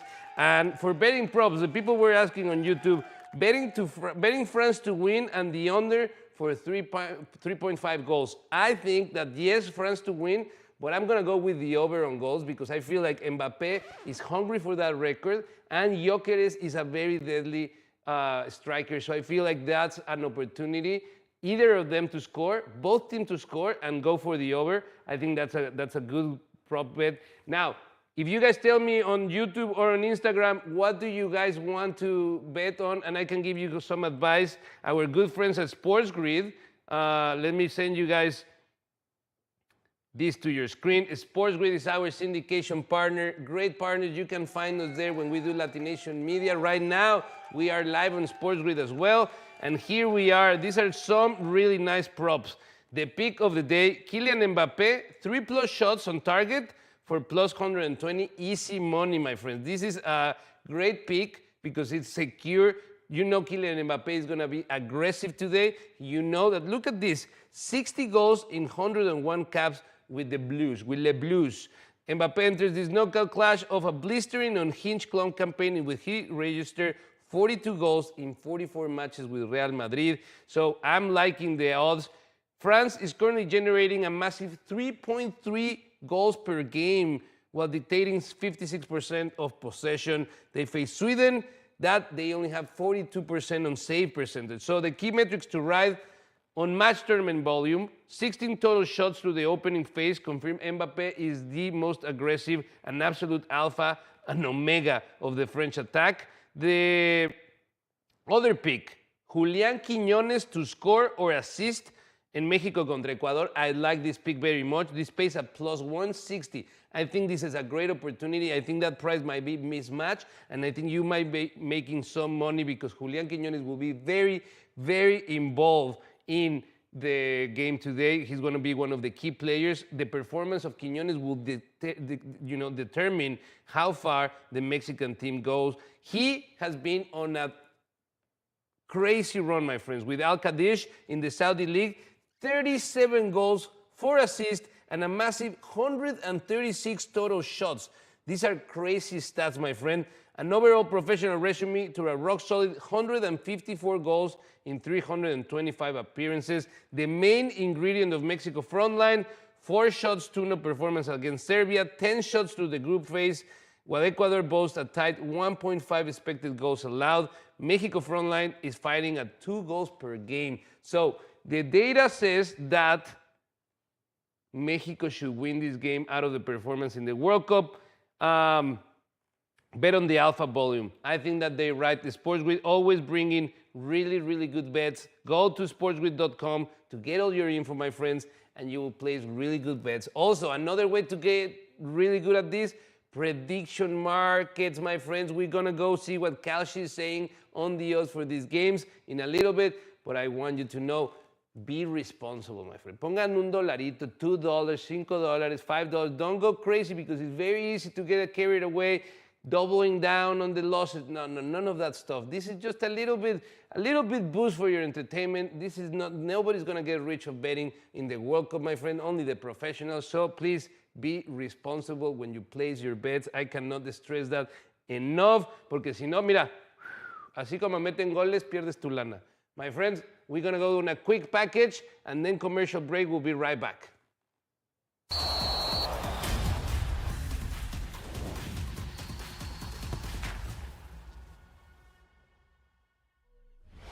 Football is changing, and women are making history. Mexican referees Katia Itzel Garcia and Sandra Ramirez are breaking barriers, and they're proving that women belong at every level of the game. Let's hear what the fans think about this.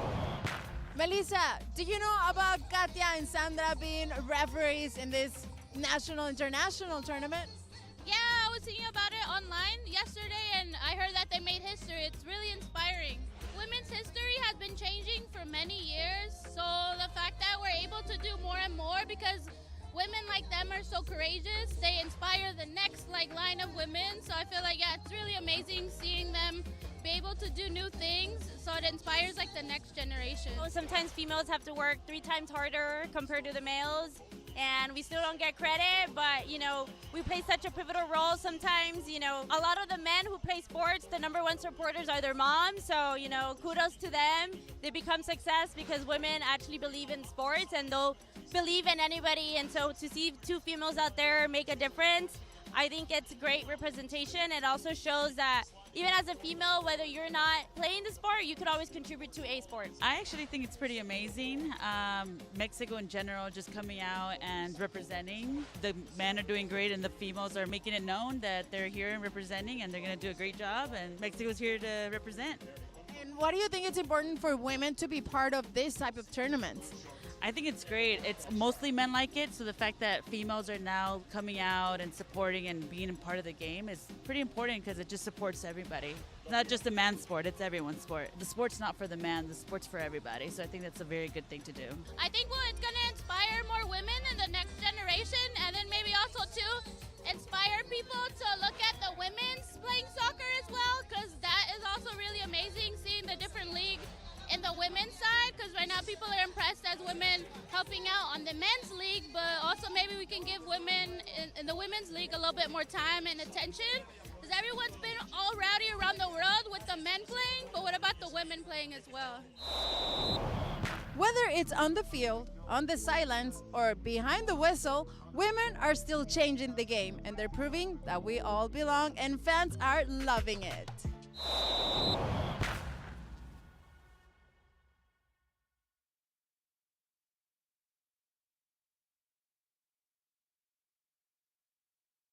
We are back, my friends. Seguimos aquí on YouTube. We are on break on LatiNation. Saludos también a our friends at Sports Grid supporting us throughout this whole flight of CopaNation, the live stream experience para el verano más futbolero de tu vida. My friends, estoy feliz. Hoy juega México. I'm excited. I want to see the chat. I want to see some predictions in the chat, please. If you have some predictions, send it to my Instagram. There you have it, what Jemo thinks. At Instagram, or also if you're watching on YouTube, send your predictions on the chat, and if you have a chance, go to the top corner, check that share button, copy and share it so we have more people coming and joining us towards the end of the tournament. We're going to continue cover the game thoroughly, and also we're going to bring you some of the most trending topics. In the meantime, my friends, I have to prepare you because when we come back from break and go live on TV, we're going to be talking with Cristo Fernandez. That's right, Futbol is live. Les voy a dar un preview, my friends. Check this out. Check this out. Y como estamos en YouTube, I'm going to do some crazy stuff. I'm going to come and show it through here. Cazadores, estaba out of focus, my friend, but don't worry, porque aquí miren, Cazadores, tequila. Look at this beautiful jersey that they hook us up with para la botellita. Hoy la destapamos cuando México gane, my friend. That's right. ¿Quién quiere un shot? Oh, dice Lucía Caldera. 2-1 Mexico. 2-1 Mexico. Me gusta. Balance both teams to score. I want to see. A ver, who's going to be the scorers? I'm guessing, I think Quiñones is going to score. Y por ahí, si los dioses del fútbol quieren, we have Gilberto Mora scoring on the World Cup para que se caiga el Azteca entero, my friends. Así que la gente diga, no, ¿qué es esto? Gilberto. A ver, dice Clayton, I bet Mexico and Ecuador to tie in regulation and over 1.5 goals. So I'm predicting 1-1 in regulation. I like it. Very possible. It's going to be a hard game. And we've seen all of these games be really, really fought out all the way to the very, very end. We saw we saw goals at the 87th minute. We saw goals at the 92nd minutes. Morocco with that header sending it to overtime. eventually opening the door for them to win it on penalties. Mexico wins. Yes, I agree. Mexico should win. They have El Azteca behind them. It's going to be tough for Ecuador to resist the pressure because the pressure has started days before, my friends. I think we're going to come back in 30 seconds. In about 30 seconds, we go back on TV, my friends. Alejandra desde Miami dice, México 2, Ecuador 0. 2-0. Aplausos por esa confianza en el equipo mexicano. ¿Cómo de que no? And beautiful to see also that the Mexico team is such in a good vibe with the homage that was created for Memo Ochoa in the last game in El Azteca. People are really, really galvanizing around the Mexican team. I haven't seen this level of unconditional support for the Mexican team in a long time. Most of the time, los mexicanos, we're tough with our team. We're going back on live. Let me pick up here, my friends. Sigue CopaNation. Check this out. We're going to go on a bumper y le seguimos.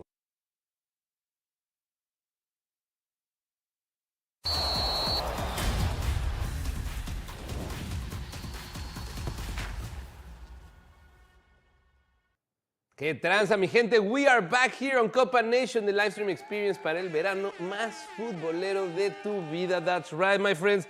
Estuve platicando con la gente de YouTube. They gave me some predictions, my friend. La gente dice, Lucía Caldera, desde Nicaragua, dice 2-1 Mexico, my friends. Luego, Clayton, he says, I bet Mexico and Ecuador to time regulation and over 1.5 goals, so I'm predicting 1-1 on regulation. Alejandra desde Miami said, México 2, Ecuador 0. Aplausos de nuevo por esa confianza. No goals. Imagine Mexico advancing to the next round with no goals allowed. That would be crazy, historical. Piedad Caldera también desde Nicaragua. México 3, Ecuador 1. Aplausos. La gente está con México. If you're watching on TV, my friends, you can join the conversation. Get your iPad or your phone.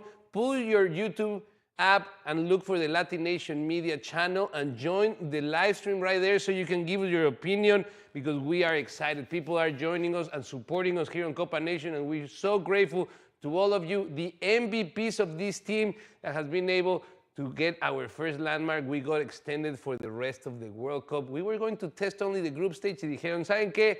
La gente le gusta CopaNation, so we'll continue. We'll be here today, tomorrow, Thursday, Friday. Let me tell you, Friday we won't have CopaNation because it's 4th of July weekend, my friend, and that barbecue won't cook itself. I gotta go man the grill. From Friday, Saturday, and Sunday, I'm gonna be barbecuing. You know it. Sawyer, our production assistant, already knows how good of a grill. I'm the master at the grill, my friend. So this weekend, descansamos and we watch a lot of games because the round of 16 begins on Saturday, my friends. The first game, Canada versus Morocco, it's already on the books. And Brasil versus Norway, dos partidazos para que este fin de semana largo, my friends, te la pases bonito en CopaNation. And remember, follow us on Instagram so you stay in touch in real time with us as we move in the World Cup. LatiNation FC, where you can find everything soccer related. Fútbol para todos, my friend.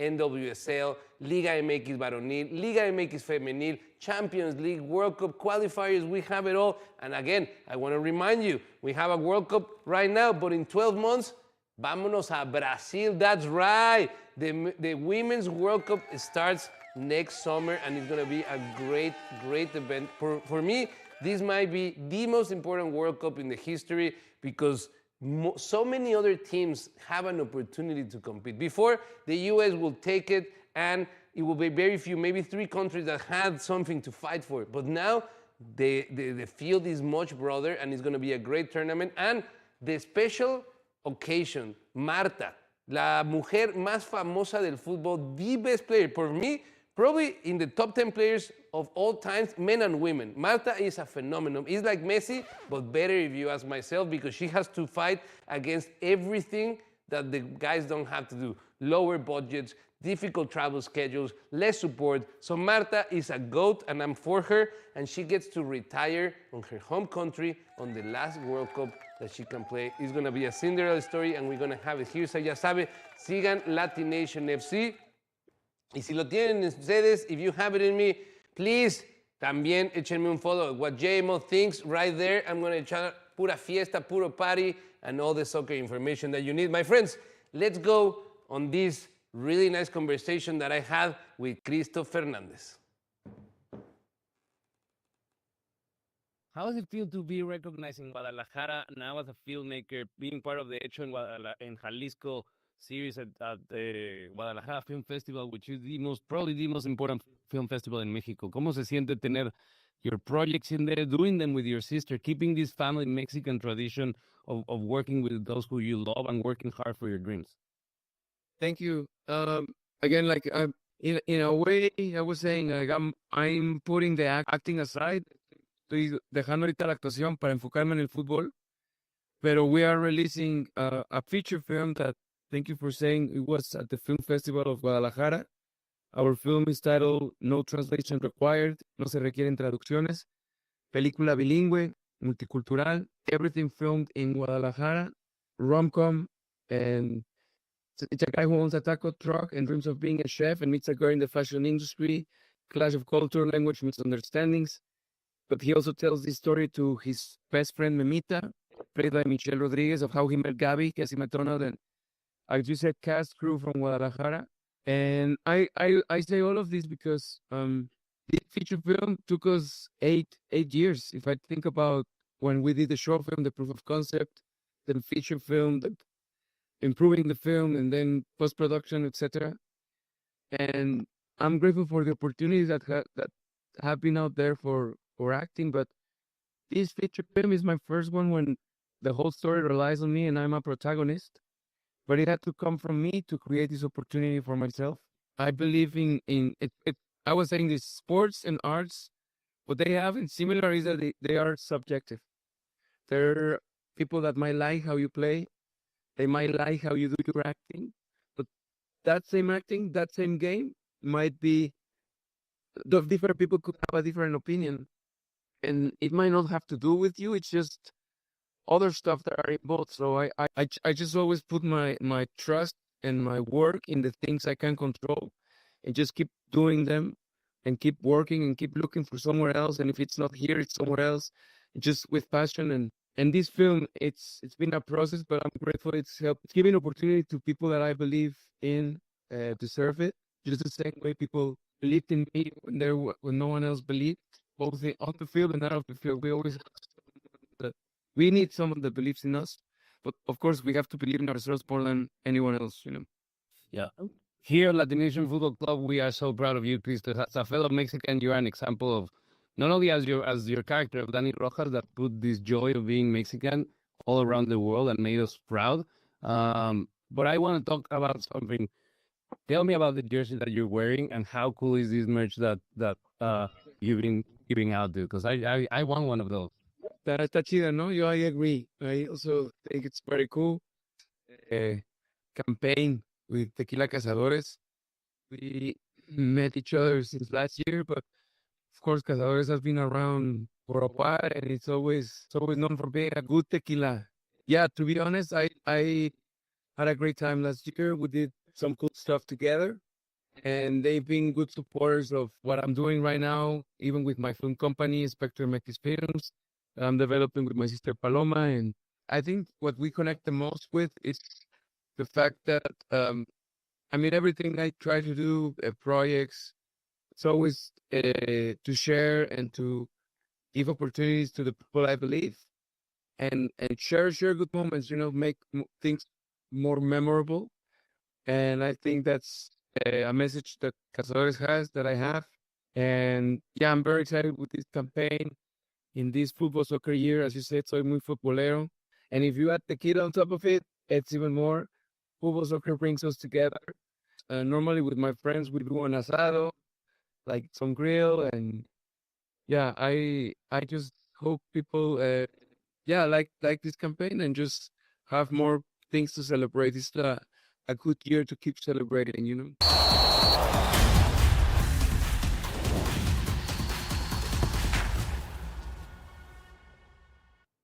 What a pleasure to talk to Cristo Fernandez, but we have to go on a break. Don't go anywhere. We'll be right back here on CopaNation. We'll be right back.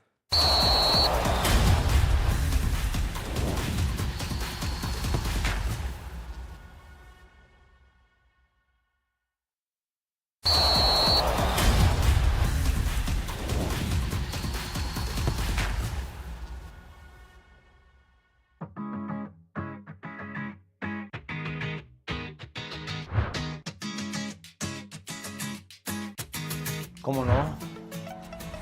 Es más, no fue llamada. Yo estaba entrenando con la selección sub-23 ese mismo día en la mañana con la selección mayor. Y ese día lo recuerdo muy bien porque mi amigo Braulio Luna sufrió un accidente ese día en la mañana. Osvaldo Sánchez le cayó en la rodilla y obviamente se le rompieron los ligamentos. Y me informan que me tendría que presentar a entrenar en la tarde con la selección mayor rumbo a la Copa de Oro del 96. Y pues de ahí me quedé en la selección. No fue como quizá hubiese querido, por mérito, que a lo mejor tenía mérito porque me llamaron, pero desafortunadamente se lesionó nuestro amigo Braulio.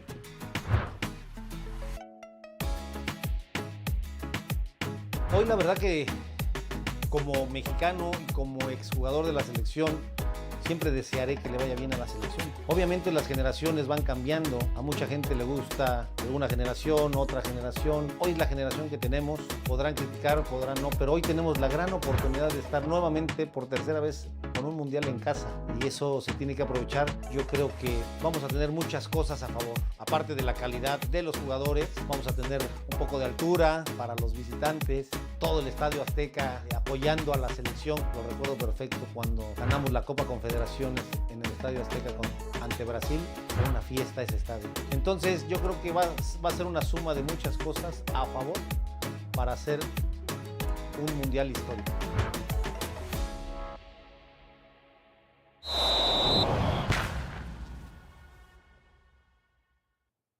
Seguimos aquí en vivo con la banda de YouTube, my friends. We're on break on LatiNation on the broadcast live, pero seguimos aquí en YouTube. Les voy a dar un preview right now of the lineups that we have for the France versus Sweden game, my friends.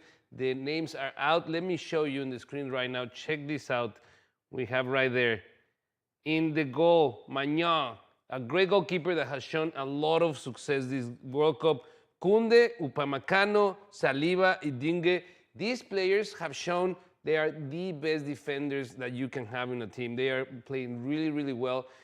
And for me, this will be the difference maker today because I feel like they will be able to contain the Swedish attack. Tchouaméni and Rabiot also holding back midfielders that are really orchestrating everything to make sure that the possession stays in the French side. And in front of them, cuidado, my friends, this is crazy. Dembélé, Olise, Barcola, and Mbappé playing a little bit different. Last time they came out with 4 forwards. Now we're going to be playing with a false 9, Olise, and 2 wingers and Mbappé. This is a really good. And then in front of them, vamos a empezar de abajo para arriba. Zetterstrom, a goalkeeper that has struggled, to say the least, on the group stage. Really well in one game. Oh, we're going to go back. We're going to go back on TV, and I'm going to have to do this again. That's why it was a preview. Check this out, guys.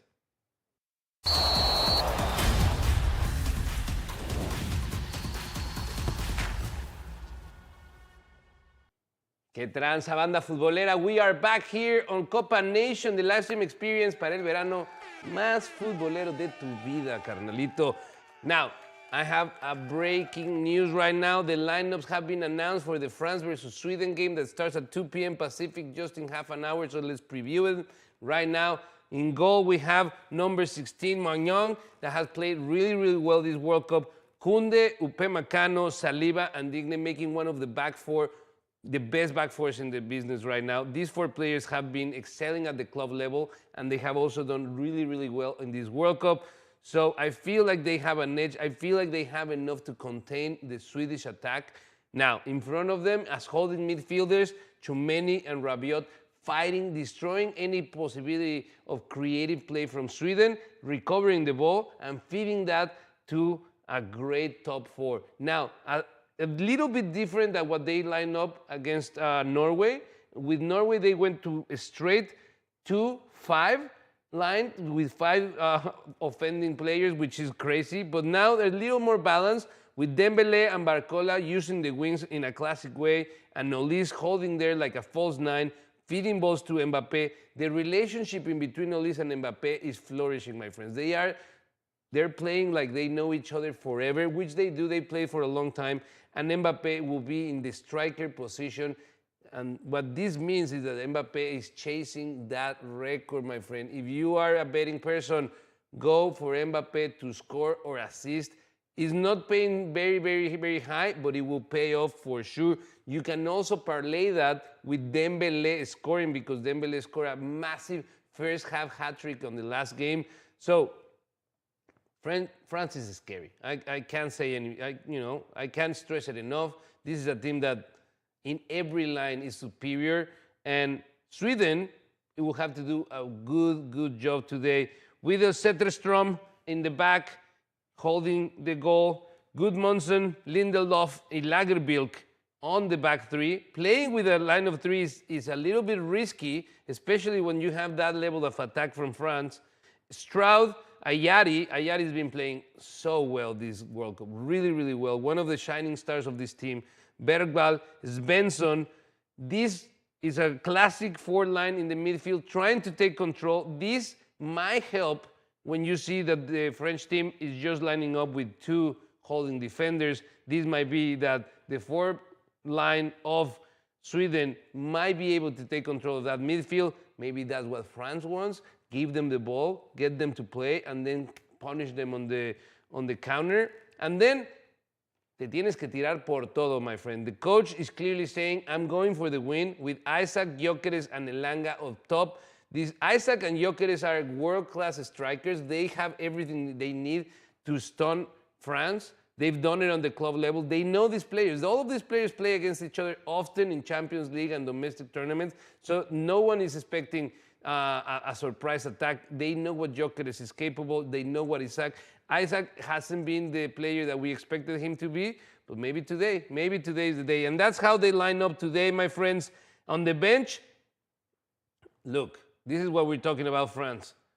Gusto, Kone, Thuram, Kanté, Konate, Zaire Emery, Theo Hernandez, Due, Lucas Hernandez. All of these players, they already had time and they did really, really well. Mateta, Reiser, Cherki, it's nonstop. There's no comparison. When you see that with the bench from Sweden, it's really nothing to compare about. So the odds are clear. The paper and the analysis are also telling us that France should win this game, my friends. There's no way around it. This is going to be a great game. And we're still waiting for the lineups for the Mexico game. I think that these coaches are saving everything to the very last minute, not to give them any surprise.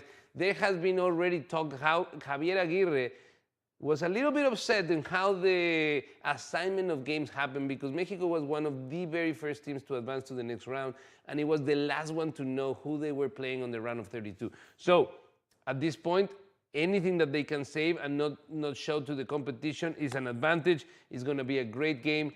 Now, we have to go on a quick package, my friend, but we come back, we're going to continue talking about these games today. You're watching CopaNation.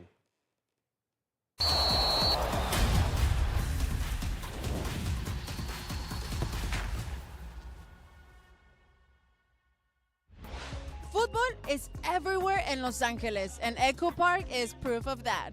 This iconic park has become one of the city's go-to gathering spots for fans thanks to Kick It at the Park, an initiative bringing more than 100 free events to communities across LA for this summer tournament. From early in the afternoon, entire families, friends from all over the world, and yes, even their dogs, showed up ready to celebrate. Live music, games, community activities, and of course, the chance to experience international football together.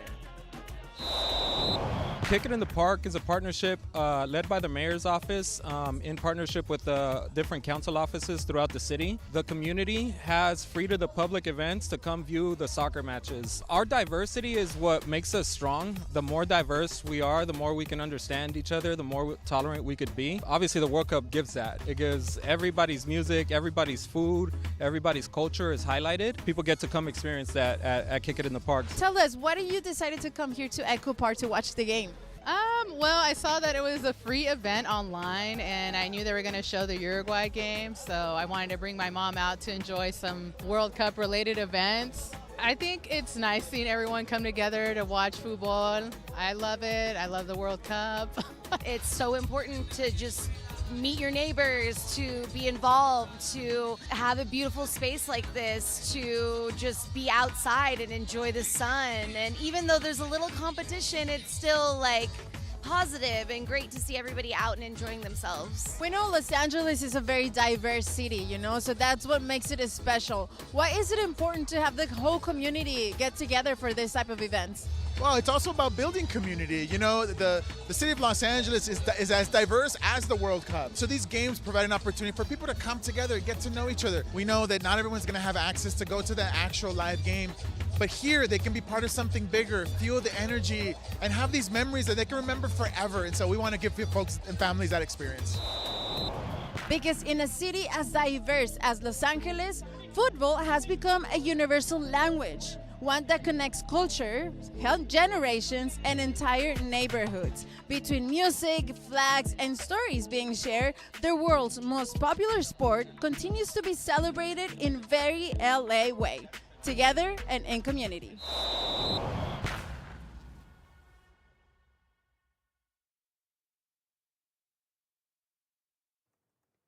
¿Qué pasó, mi gente? Seguimos aquí on CopaNation. We're on break on LatiNation. Pero aquí seguimos on YouTube, my friends. Let me see the chat. ¿Cómo está la gente? Ahí está el chat. Saludos a Lucía, a Alejandra, a Piedad, a Clayton, everyone that has been supporting and watching today. Thank you so much. Now, my friends, I think that it's time to try to find those predictions, those lineups. I've been working hard with my skills to find the lineup, but it's not dropping, my friends. These coaches are saving it like the most important secret. Let me pull this up real quick, my friends. Javier Aguirre, the Mexican coach, was very clear on his press conference saying that the reality is that the Estadio Azteca in the round of 32, it has to be a decisive factor, my friends. This is an important match for Mexico. They are in the brink of making history, advancing to that famoso quinto partido. Now, let's make a caveat because it's not really the quinto partido that we're looking for. We're looking for the next one. This case is the sixth game because, as you know, with the expansion of teams that we added the round of 32. After the group stage, we will move right into the group of 16. And now we have this extra round. So Mexico, to break that record, they actually have to win this game versus Ecuador, the next one most likely versus England in El Azteca, and then we will be talking about reaching historical levels in terms of advancement of the World Cup. We have already made history by winning all games in the group stage, by not getting a goal scored, and by scoring 6 goals. It has been the best performance of the Mexican team ever in a group stage. The vibes are high, the people is with the team, and today is the day that we put everything together to really give this dream, you know, a little boost. Y si sí, dice la gente, y si sí somos campeones, y si sí ganamos. And then the road is hard, my friend. Let me pull the bracket. I've been working the bracket all day long. And if you haven't seen it, I have to show it to you. I have to show it to you, my friends, because let me pull. Perfect. Oh, let me set it up because we're coming out of break. Check this out, dude. Check this out. We're coming back in 20 seconds. There you go.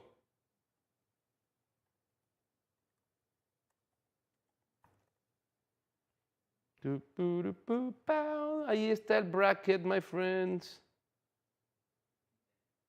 Here we go. Here we go.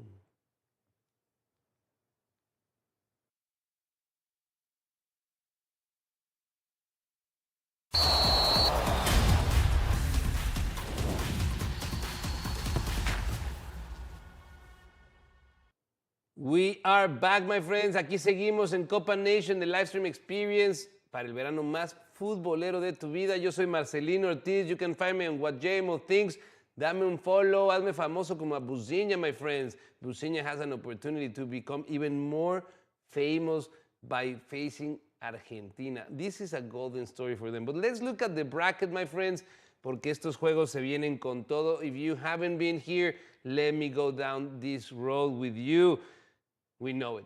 Canada advanced to the next round. They're going to face Morocco. Eustaquio, the player from LAFC, doing the historical scoring at the end of the game, like everything has been happening on this World Cup. Then Canada and Marruecos are waiting after whoever wins that game, they will face the winner of Paraguay and either France or Sweden. The consensus is that France should advance on this game, setting up another David versus Goliath game for Paraguay, but they did it once. Why couldn't they do it 2 times? Claro que sí se puede. Imaginemos cosas fregonas, mi gente. Now, the Netherlands, one of the best teams in the group stage, undefeated, scoring left and right, couldn't make it, and they get sent home in the round of 32. A lot of the pundits, a lot of the people that came with the Netherlands teams, the support system, they were really upset to see that maybe there's a lack of identity on the team, that they're not as incisive, that they were not as, como esa naranja mecánica that we saw in the first game, scoring in bunches. Now they have 4 years to think about it and try again. Lástima, Margarito, no era penal, my friend, y con eso me quedo. Then we go to another side of the bracket. There's 4 main sides to this bracket for the 4 quarterfinals. Belgium versus Senegal. Aquí en la casa, we're with Senegal. Belgium hasn't performed at the level that we expected of them, and Senegal is getting better and better game after game. The winner of that game, let's say Senegal, will be waiting for the winner of USA versus Bosnia and Herzegovina. My heart tells me that the USA is going to win this game, but my mind tells me Bosnia has really good players, incisive strikers that can actually spoil the party for the USA. Now, the USA has everything to celebrate a massive 4th of July by winning this game and setting themselves up for a crazy game against Senegal. And the winners of those round of 16, boom, this other side. Spain versus Austria. We're going for Spain without a doubt. Austria played well, but España está muy, muy difícil. And the other side, final adelantada. Portugal versus Croatia. High-level football all day long, my friends. I think Portugal advances and sets up a very, very, very expected Spain versus Portugal game to set up a wonderful, dreamlike quarterfinal for the United States if they're able to advance against Spain. This, my friends, this is really, really, really cool for the teams in CONCACAF. Canada, Mexico, and the United States with possibility of make themselves all the way to the quarterfinals and don't face each other till later in the tournament, in the semifinals. This will be amazing for North American soccer. Now, the other bracket, Brazil ya ganó. They kicked out Japan heartbreakingly because Japan did such a Herculean effort to make it into the next round. And the same goes with Côte d'Ivoire that created a great opportunity towards the end. They scored, they tied the game on the 70th, pero el vikingo Erling Haaland comes at the 86th minute and spoils the party, setting up Norway versus Brazil. And I have been beating this drum all day long. Norway has a superior record than Brazil in official games. Cuidado, mis cariocas, no se duerman, porque Norway can get your dinner. And then finally, the other side of the bracket, Mexico versus Ecuador and England versus Congo. You know me, Mexico defeats Ecuador, England defeats Congo, and we set up a dream round of 16, Mexico versus England in el Estadio Azteca. And we're going to go on a commercial break. Almost done, my friends. Switzerland, Algeria, Colombia versus Ghana, Australia, Egypt, and Argentina, Cabo Verde. That whole thing ends up in one way. Colombia versus Argentina in the quarterfinals. Mark my words. We're going to go on a quick break. Don't go anywhere. Todavía nos queda un poquito más de CopaNation.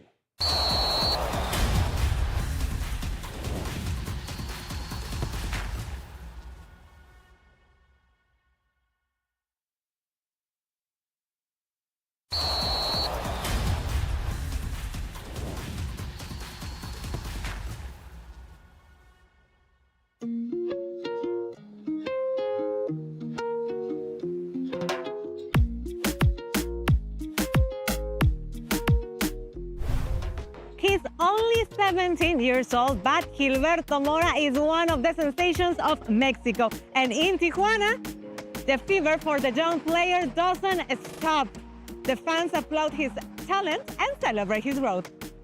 Well, he's only 17 years old, but he plays like he's at least 25 with the experience that he shows in the field. So I think definitely he shows a lot of talent, a lot of vision, and that he should be one of the first on the 11th team of Mexico, and he should be since the start. He's the starting lineup. That's my opinion.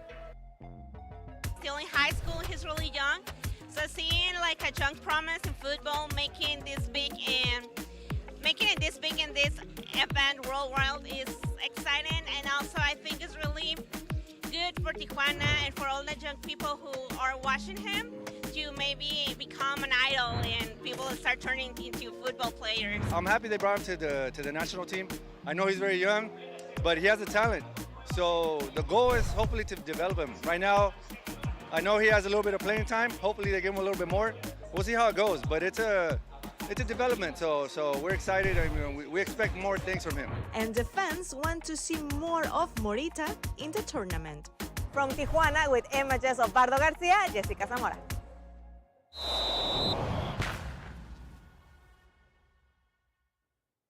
Estamos de regreso. Aquí seguimos, mi gente de YouTube. ¿Cómo están? Let me know if you're still in the chat. Check. 9 people are watching. ¿Cómo están, mis amigos? Football is live. That is right, my friends. That is right.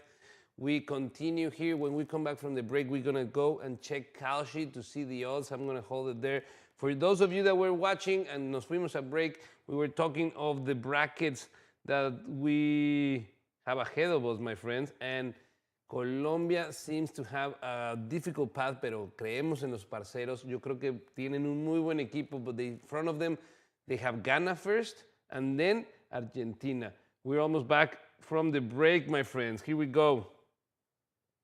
Un poquito de agüita para la banda. Música de espera, ponme.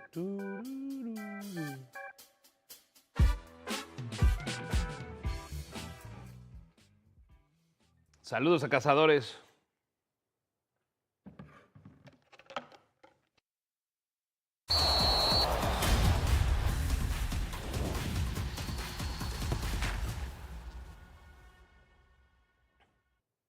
Qué tranza, mi gente. We are back here on CopaNation. It's almost time to go. Get ready for that France versus Sweden game. Pongan las palomitas listas, esos tequilitas, una carnita asada. It is time to eat, my friends.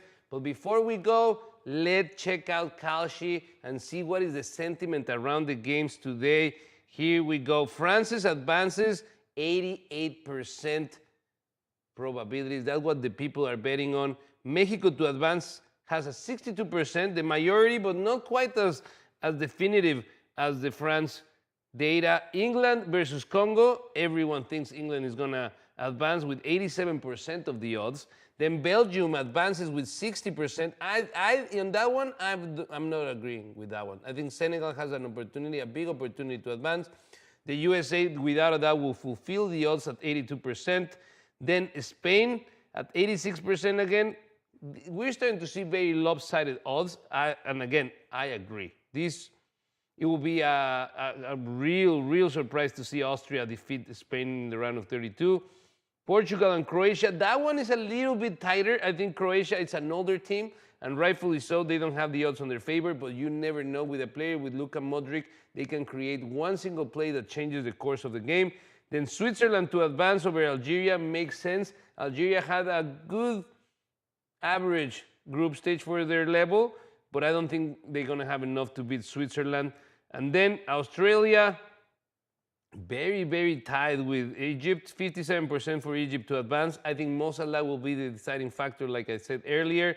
Argentina, 90% of probabilities with Cabo Verde. Cabo Verde is paying 9 times your investment. If you put $100, you will get $900 back. That's how unlikely it is. Don't go waste your money with that. Argentina should advance on this matchup. And then at the end, the vibes are with Colombia. The vibes are with us, my friends. Colombia to advance has 81% probabilities to beat Ghana.